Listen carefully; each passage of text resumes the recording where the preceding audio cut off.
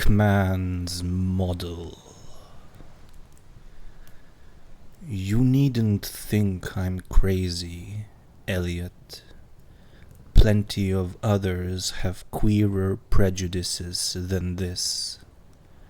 Why don't you laugh at Oliver's grandfather, who won't ride in a motor?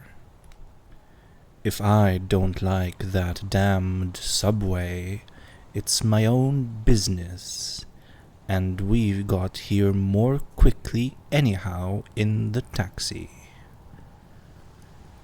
We'd have had to walk up the hill from Park Street if we'd taken the car. I know I'm more nervous than I was when you saw me last year, but you don't need to hold a clinic over it. There's plenty of reason, God knows, and I fancy I'm lucky to be sane at all. Why the third degree? You didn't used to be so inquisitive. Well, if you must hear it, I don't know why you shouldn't. Maybe you ought to, anyhow, for you kept writing me like a grieved parent when you heard I'd begun to cut the art club and keep away from Pickman. Now that he's disappeared, I go round to the club once in a while, but my nerves aren't what they were. No, I don't know what's become of Pickman, and I don't like to guess. You might have surmised I had some inside information when I dropped him, and that's why I don't want to think where he's gone. Let the police find what they can. It won't be much, judging from the fact that they don't know yet of the old North End place he hired under the name of Peters. I'm not sure that I could find it again myself.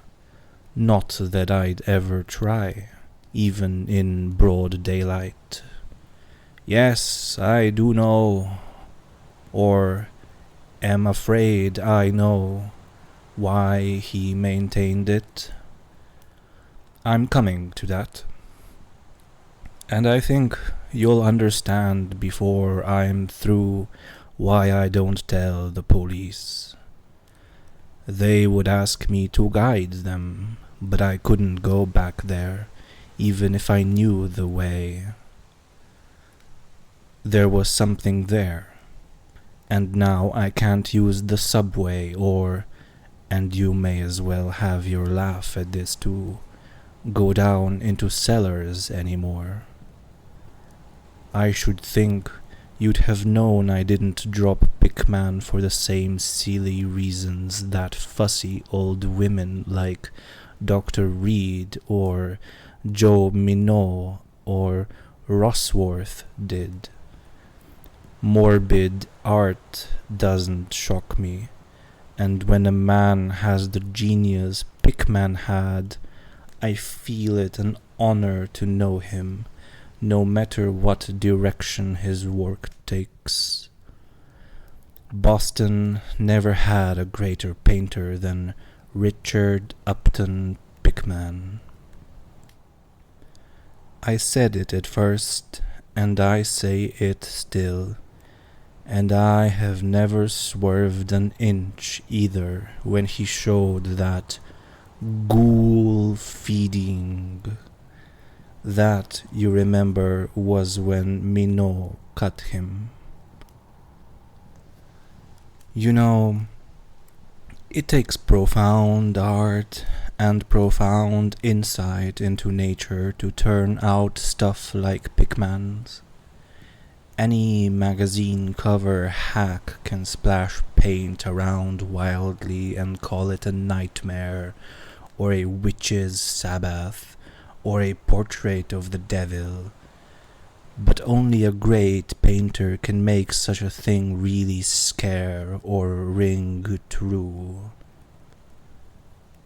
That's because only a real artist knows the actual anatomy of the terrible, or the physiology of fear, the exact sort of lines and proportions that connect up with latent instincts or hereditary memories of fright, and the proper color, contrasts, and lighting effects to stir the dormant sense of strangeness.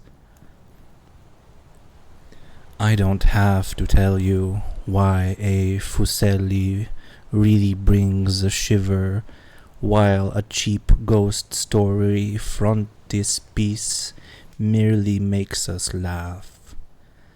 There's something those fellows catch, beyond life, that they're able to make us catch for a second. Doré had it. Cime has it. Angarola of Chicago has it. And Pickman had it, as no man ever had it before, or, I hope to heaven, ever will again. Don't ask me what it is they see.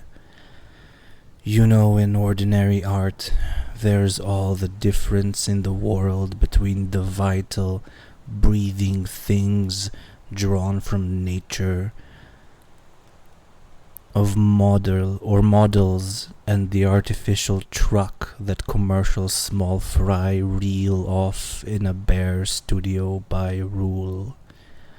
Well, I should say that the really weird artist has a kind of vision which makes models or summons up what amounts to actual scenes from the spectral world he lives in. Anyhow, he manages to turn out results that differ from the pretender's mince pie dreams in just about the same way that the life painter's results differ from the concoctions of a correspondence school cartoonist. If I had ever seen what Pickman saw, but no. Here, let's have a drink before we get any deeper. Gad, I wouldn't be alive if I'd ever seen what that man, if he was a man, saw. You recall that Pickman's forte was faces. I don't believe anybody since Goya could put so much of sheer hell into a set of features or a twist of expression. And before Goya, you have to go back to the medieval chaps who did the gargoyles and the chimeras on Notre Dame and Mont Saint-Michel. They believed all sorts of things, and maybe they saw all sorts of things too, for the Middle Ages had some curious phases. I remember your asking Pickman yourself once, the year before you went away, wherever in thunder he got such ideas and visions. Wasn't that a nasty laugh he gave you? It was partly because of that laugh that Reed dropped him. Reed, you know, had just taken up comparative pathology and was full of pompous inside stuff about the biological or evolutionary significance of this or that mental or physical symptom. He said Pickman repelled him more and more every day, and almost frightened him towards the last, that the fellow's features and expression were slowly developing in a way he didn't like, in a way that wasn't human. He had a lot of talk about diet, and said Pickman must be abnormal and eccentric to the last degree. I suppose you told Reed if you and he had any correspondences over it, that he let Pickman's paintings get on his nerves or harrow up his imagination. I know I told him that myself, then. But keep in mind that I didn't drop Pickman for anything like this. On the contrary, my admiration for him kept growing, for that ghoul feeding was a tremendous achievement. As you know, the club wouldn't exhibit it, and the Museum of Fine Arts wouldn't accept it as a gift. And I can add that nobody would buy it, so Pickman had it right in his house till he went. Now his father has it in Salem. You know Pickman comes of old Salem stock, and had a witch ancestor hanged in 1692. I got into a habit of calling on Pickman quite often, especially after I began making notes for a monograph on weird art. Probably it was his work which put the idea into my head, and anyhow I found him a mine of data and suggestions when I came to develop it. He showed me all the paintings and drawings he had about, including some pen and ink sketches that would, I verily believe, have got him kicked out of the club if many of the members had seen them. Before long, I was pretty nearly a devotee, and would listen enough to qualify him for the Danvers Asylum. Fuck, I skipped a line again. And would, for hours, like a schoolboy to art theories and philosophic speculations, wild enough to qualify him for the Danvers Asylum. And would listen for hours like a fucking, you get it. My hero worship, coupled with the fact that people generally were commencing to have less and less to do with him, made him get very confidential with me. And one evening he hinted that if I were fairly close-mouthed and none too squeamish, he might show me something rather unusual, something a bit stronger than anything he had in the house. "You know," he said, "there are things that won't do for Newbury Street, things that are out of place here, and that can't be conceived here anyhow. It's my business to catch the overtones of the soul, and you won't find those in a parvenu set of artificial streets on made land. Back Bay isn't Boston, it isn't anything yet, because it's had no time to pick up memories and attract local spirits. If there are any ghosts here, they're the tame ghosts of a salt marsh and a shallow cove, and I want human ghosts, the ghosts of being highly organized enough to have looked on hell and known the meaning of what they saw."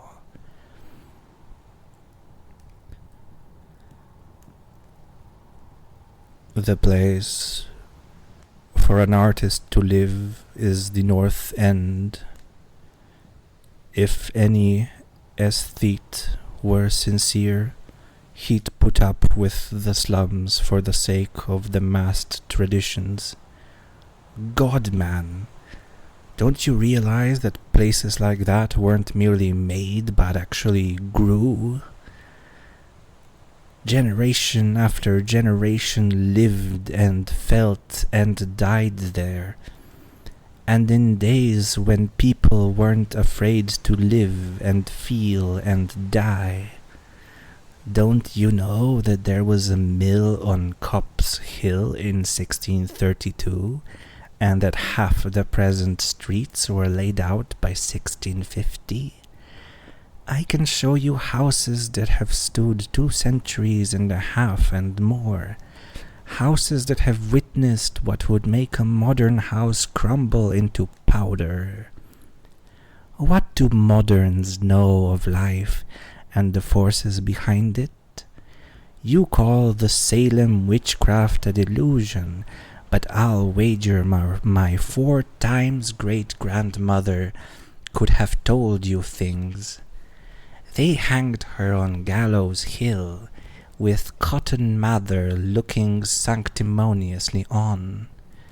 Mather, damn him, was afraid somebody might succeed in kicking free of this accursed cage of monotony.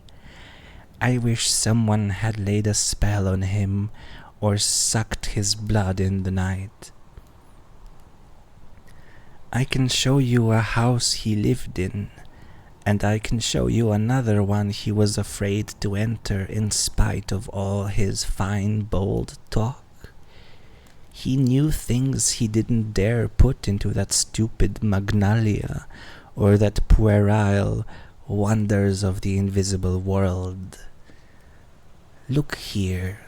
Do you know the whole North End once had a set of tunnels that kept certain people in touch with each other's houses, and the burying ground and the sea? Let them prosecute and persecute above ground. Things went on every day that they couldn't reach, and voices laughed at night that they couldn't place. Why, man, out of 10 surviving houses built before 1700 and not moved since, I'll wager that in 8 I can show you something queer in the cellar. There's hardly a month that you don't read of workmen finding bricked-up arches and wells leading nowhere in this or that old place as it comes down. You could see one near Henchman Street from the elevated last year. There were witches and what their spells summoned, pirates and what they brought in from the sea, smugglers, privateers, and I tell you, people knew how to live and how to enlarge the bounds of life in the old time. This wasn't the only world a bold and wise man could know. Faugh! And to think of today in contrast with such pale pink brains that even a club of supposed artists gets shudders and convulsions if a picture goes beyond the feelings of a Beacon Street tea table. The only saving grace of the present is that it's too damned stupid to question the past very closely. What do maps and records and guidebooks really tell of the North End? Bah! At a guess, I'll guarantee to lead you to 30 or 40 alleys in networks of alleys north of Prince Street that aren't suspected by 10 living beings outside of the foreigners that swarm them. And what do those Dagos know of their meaning? No, Thurber. Those ancient places are dreaming gorgeously and overflowing with wonder and terror and escapees from the commonplace. And yet there's not a living soul to understand or profit by them. Or rather, there's only one living soul, for I haven't been digging around in the past for nothing.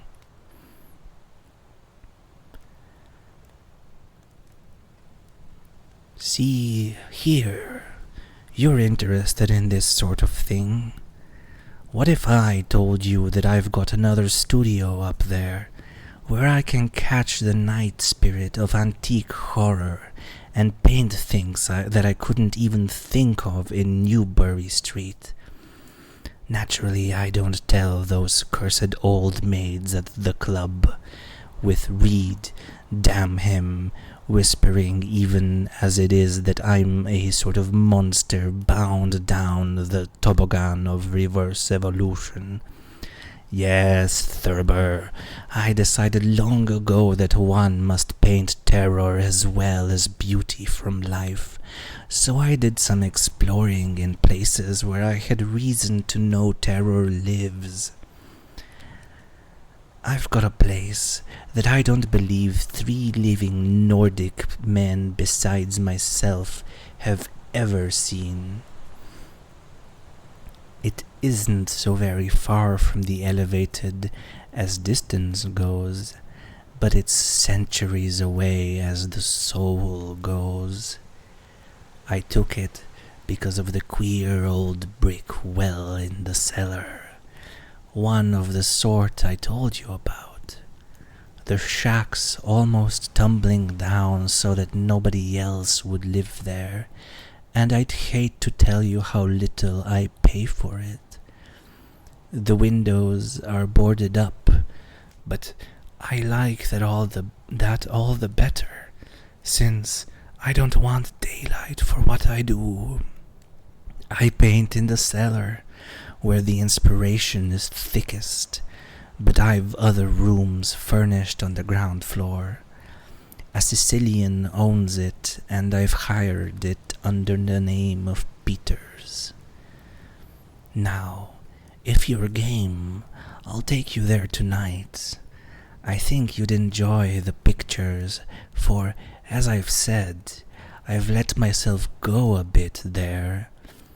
It's no vast tour. I sometimes do it on foot, for I don't want to attract attention with a taxi in such a place. We can take the shuttle at the South Station for Battery Street, and after that the walk isn't much.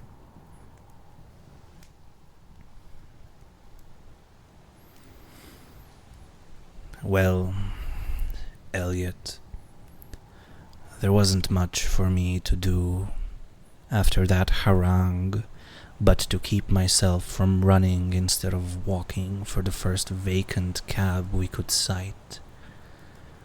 We changed to the elevated at the South Station at about 12 o'clock, had climbed down the steps of Battery Street and struck along the old waterfront past Constitution Wharf.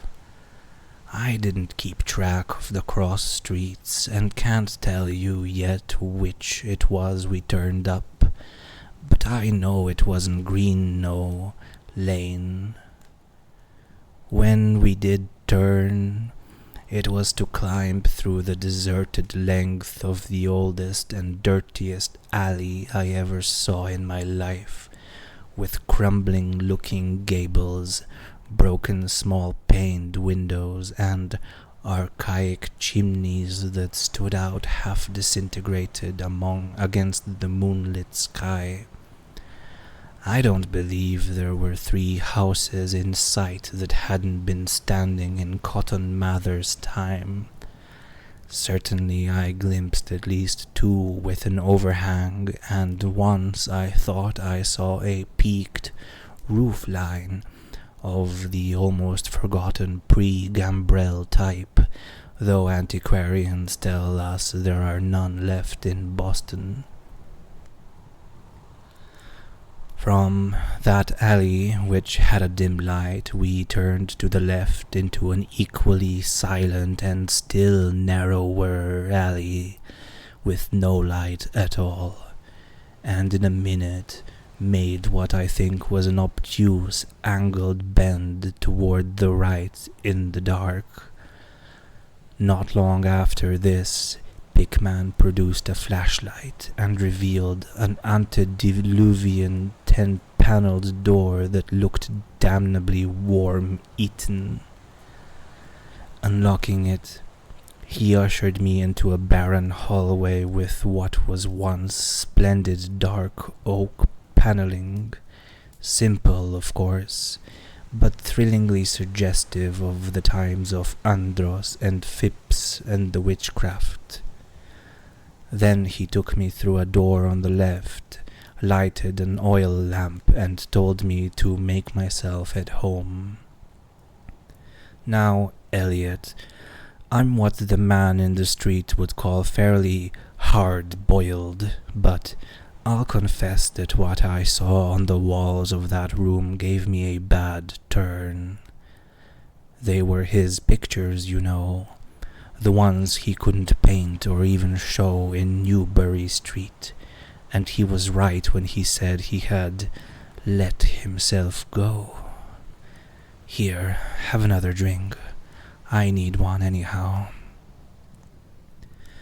There's no use in my trying to tell you what they were like, because the awful, the blasphemous horror and the unbelievable loathsomeness and moral photor came from simple touches quite beyond the power of words to classify.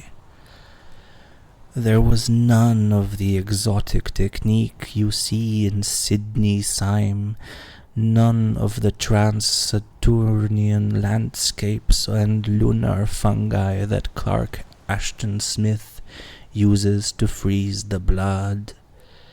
The backgrounds were mostly old churchyards, deep woods, cliffs by the sea, brick tunnels, ancient panelled rooms, or simple vaults of masonry.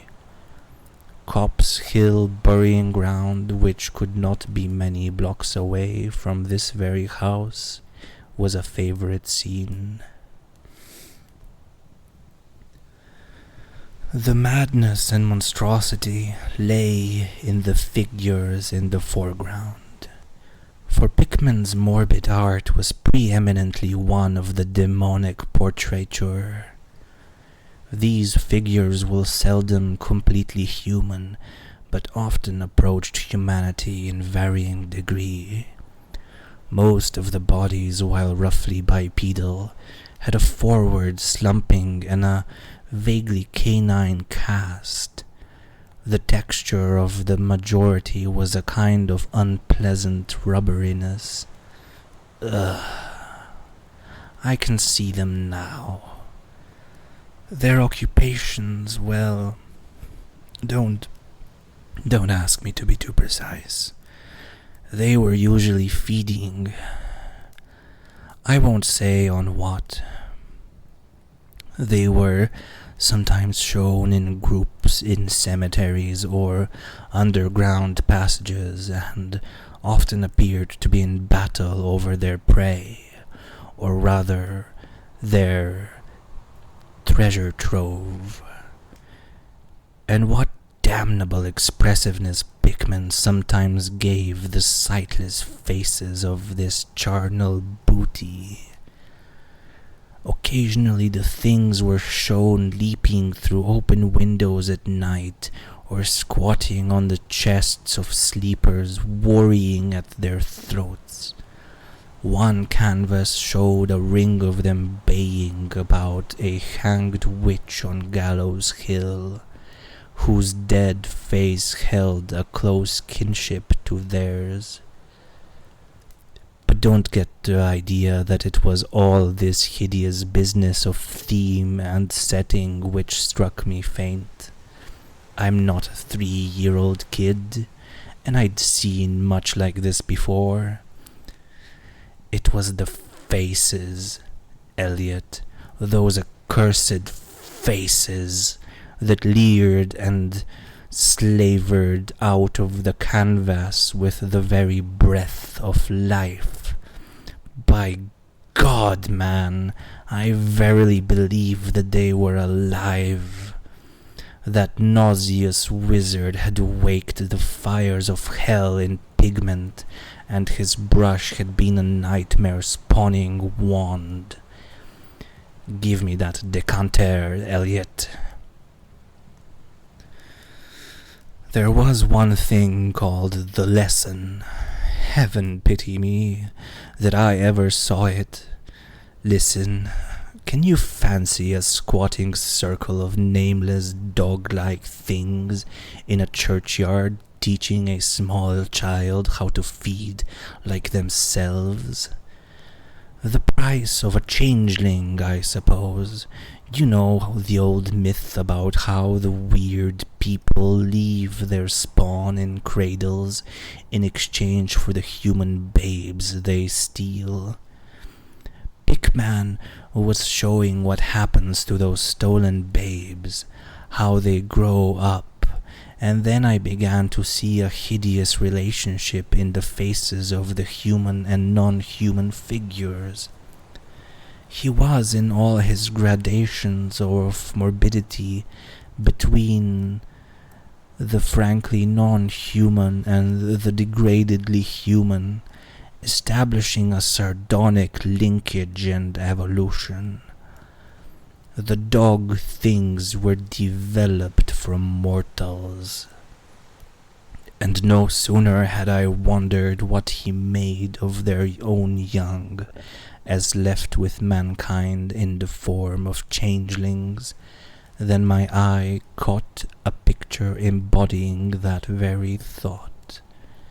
It was that of an ancient Puritan interior, a heavily beamed room with lattice windows, a settle, and clumsy 17th century furniture, with the family sitting about while the father read from the scriptures. Every face but one showed nobility and reverence, but that one reflected the mockery of the pit. It was that of a young man in years, and no doubt belonged to a supposed son of that pious father, but in essence it was the kin of the unclean things. It was their changeling, and in a spirit of supreme irony, Pickman had given the features a very perceptible resemblance to his own. By this time, Pickman had lighted a lamp in an adjoining room and was politely holding open the door for me, asking me if I would care to see his modern studies. I hadn't been able to give him much of my opinions. I was too speechless with fright and loathing, but I think he fully understood and felt highly complimented. And now I want to assure you again, Elliot, that I'm no mollycoddle to scream at anything which shows a bit of departure from the usual. I'm middle-aged and decently sophisticated, and I guess you saw enough of me in France to know I'm not easily knocked out. Remember, too, that I'd just about recovered my wind and gotten used to those frightful pictures which turned colonial New England into a kind of annex of hell. Well, in spite of all this, that next room forced a real scream out of me, and I had to clutch at the doorway to keep from keeling over.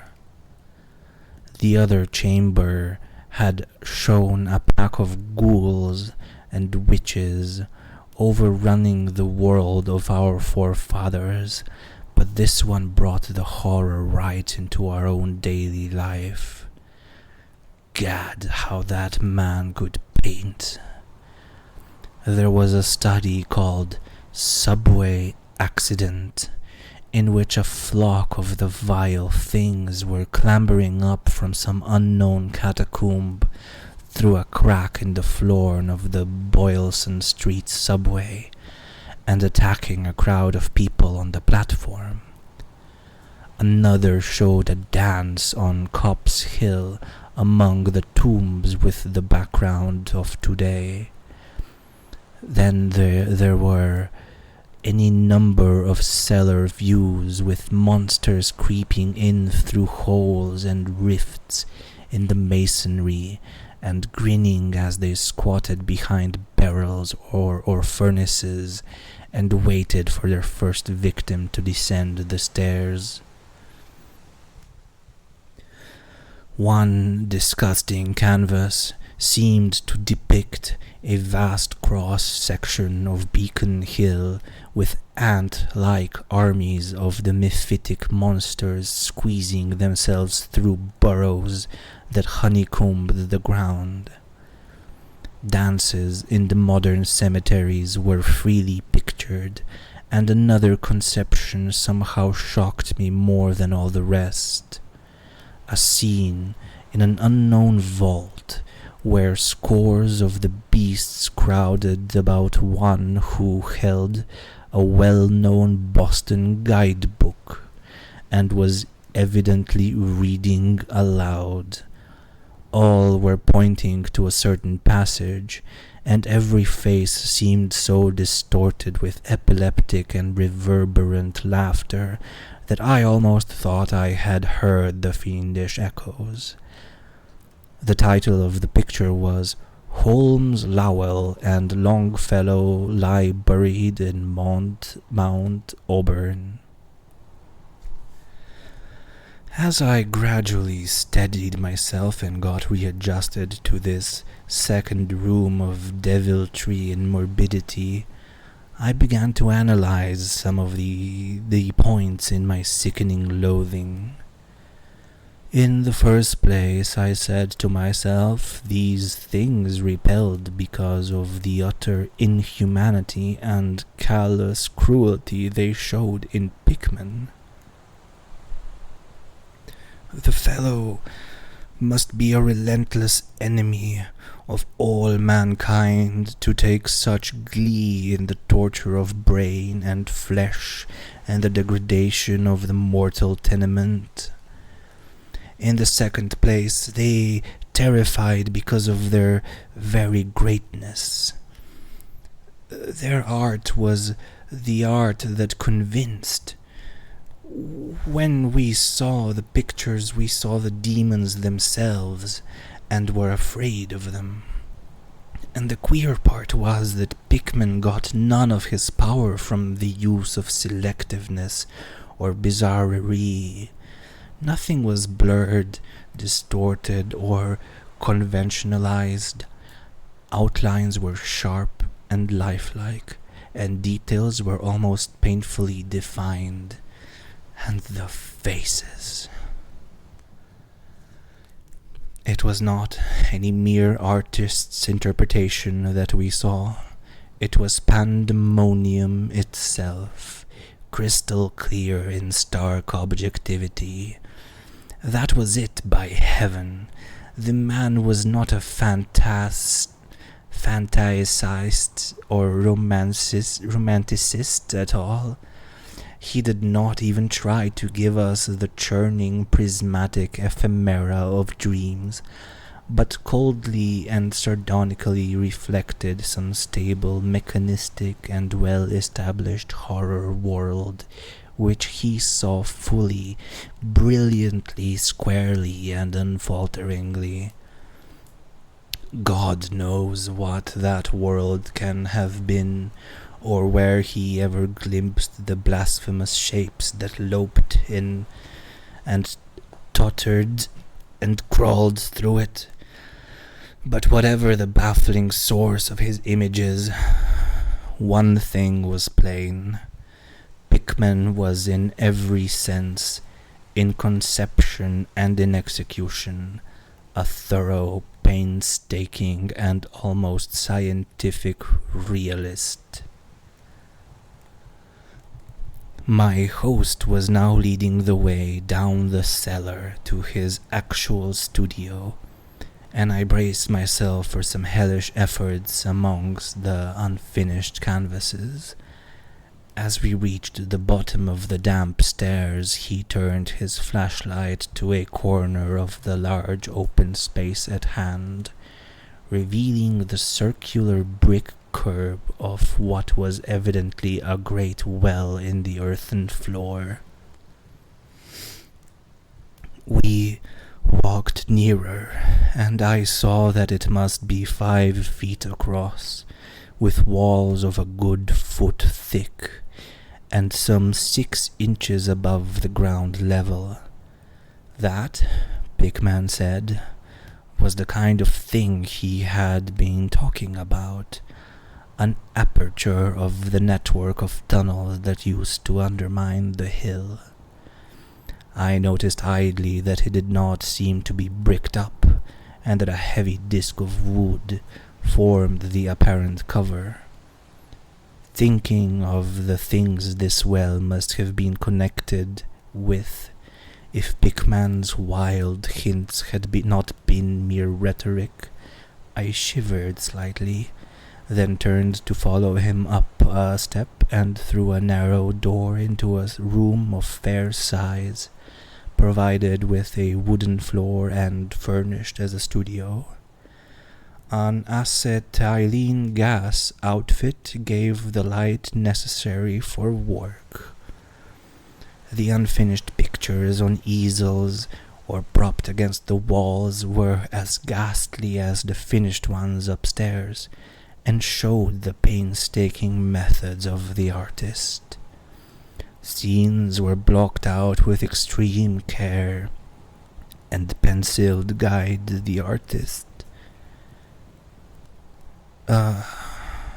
And penciled guidelines told of the minute exactitude which Pickman used in getting the right perspective and proportions. The man was great. I say it even now, knowing as much as I do. A large camera on a table excited my notice, and Pickman told me that he used it in taking scenes for backgrounds, so that he might paint them from photographs in the studio, instead of carting his outfit around the town for this or that view. He thought a photograph quite as good an actual scene or model for sustained work, and declared he employed them regularly. There was something very disturbing about the nauseous sketches and half-finished monstrosities that leered round from every side of the room, and when Pickman suddenly unveiled a huge canvas on the side away from the light, I could not for my life keep back a loud scream. The second I had emitted that night. It echoed and echoed through the dim vaultings of that ancient and nitrous cellar, and I had to choke back a flood of reaction that threatened to burst out as hysterical laughter. Merciful Creator! Eliot, but I don't know how much was real and how much was feverish fancy. It doesn't seem to me that Earth can hold a dream like that. It was a colossal and nameless blasphemy with glaring red eyes, and it held in bony claws a thing that had been a man, gnawing at the head as a child nibbles at a stick of candy. Its position was a kind of crouch, and as one looked, one felt at any moment it might drop its present prey and seek a juicier morsel. But damn it all, it wasn't even the fiendish subject that made it such an immortal fountainhead of all panic. Not that, nor the dog face with its pointed ears, bloodshot eyes, flat nose, and drooling lips. It wasn't the scaly claws, nor the mold-caked body, nor the half-hooved feet. None of these, though any one of them might have well driven an excitable man to madness. It was the technique, Eliot, the cursed, the impious, the unnatural technique. As I am a living being, I never elsewhere saw the actual breath of life so fused into a canvas. The monster was there. It glared and gnawed and gnawed and glared, and I knew that only a suspension of nature's laws could ever let a man paint a thing like that, without a model, without some glimpse of the nether world which no mortal unsold to the fiend has ever had. Pinned with a thumbtack to a vacant part of the canvas was a piece of paper now badly curled up, probably, I thought, a photograph from which Pickman meant to paint a background as hideous as the nightmare it was to enhance. I reached out to uncurl and look at it, when suddenly I saw Pickman start as if shot. He had been listening with peculiar intensity ever since my shocked scream had waked unaccustomed echoes in the dark cellar, and now he seemed struck with a fright which, though not comparable to my own, had in it more of the physical than of the spiritual. He drew a revolver and motioned me to silence, then stepped out into the main cellar and closed the door behind him. I think I was paralyzed for an instant. Imitating Pickman's listening, I fancied I heard a faint scurrying sound somewhere, and a series of squeals or beats in a direction I couldn't determine. I thought of huge rats and shuddered. Then there came a subdued sort of clatter which somehow set me all in goose flesh, a furtive, groping kind of clatter, though I can't attempt to convey what I mean in words. It was like heavy wood falling on stone or brick, wood on brick. What did that make me think of? It came again, and louder. There was a vibration as if the wood had fallen farther than it had fallen before. After that followed a sharp, grating noise, a shouted gibberish from Pickman, and the deafening discharge of all 6 chambers of a revolver, fired spectacularly as a lion tamer might fire in the air for effect. A muffled squeal or squawk, and a thud. Then more wood and brick grating, a pause, and the opening of the door, at which I'll confess I started violently. Pickman reappeared with his smoking weapon, cursing the bloated rats that infested the ancient well. "The deuce knows what they eat, Thurber," he grinned, "for those archaic tunnels touched graveyard and witch den and sea coast. But whatever it is, they must have run short, for they were devilish anxious to get out. Your yelling stirred them up, I fancy. Better be cautious in these old places. Our rodent friends are the one drawback, though I sometimes think they are a positive asset by way of atmosphere and color." Well, Elliot, that was the end of the night's adventure. Pickman had promised to show me the place, and heaven knows he'd done it. He let me out of that tangle of alleys in another direction, it seems, for when we sighted a lamp post we were in a half-familiar street with monotonous rows of mingled tenement blocks and old houses. Charter Street, it turned out to be, but I was too flustered to notice just where we hit it.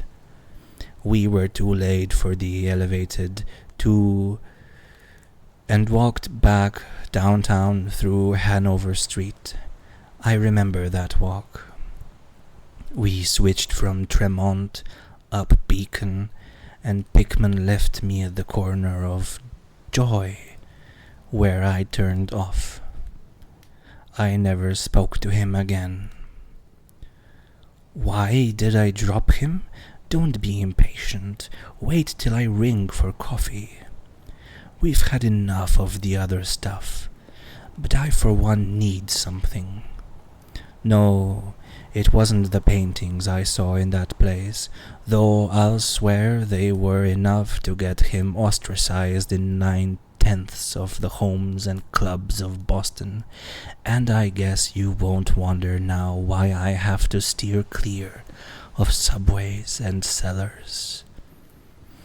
It was something I found in my coat the next morning. You know, the curled-up paper tacked to the frightful canvas in the cellar. The thing I thought was a photograph of some scene he meant to use as a background for that monster. That last scare had come while I was reaching to uncurl it, and it seems I had vacantly crumpled it into my pocket. But here's the coffee. Take it black, Elliot, if you're wise. Yes, that paper was the reason I dropped Pickman. Richard Upton Pickman, the greatest artist I have ever known, and the foulest being that ever leaped the bounds of life into the pits of myth and madness. Ah, Eliot, old Reed was right. He wasn't strictly human. Either he was born in strange shadow, or he'd found a way to unlock the forbidden gate. It's all the same now, for he's gone, back into the fabulous darkness he loved to haunt. Here, let's have the chandelier going. Don't ask me to explain or even conjecture about what I burned. Don't ask me either what lay behind that mole-like scrambling Pickman was so keen to pass off as rats. There are secrets, you know, which might have come down from old Salem times, and Cotton Mather tells even stranger things. You know how damned lifelike Pickman's paintings were, how we all wondered where he got those faces. Well, the paper wasn't a photograph of any background after all. What it showed was simply the monstrous being he was painting on that awful canvas. It was the model he was using, and its background was merely the wall of the cellar studio in minute detail. But by God, Elliot, it was a photograph from life. The end.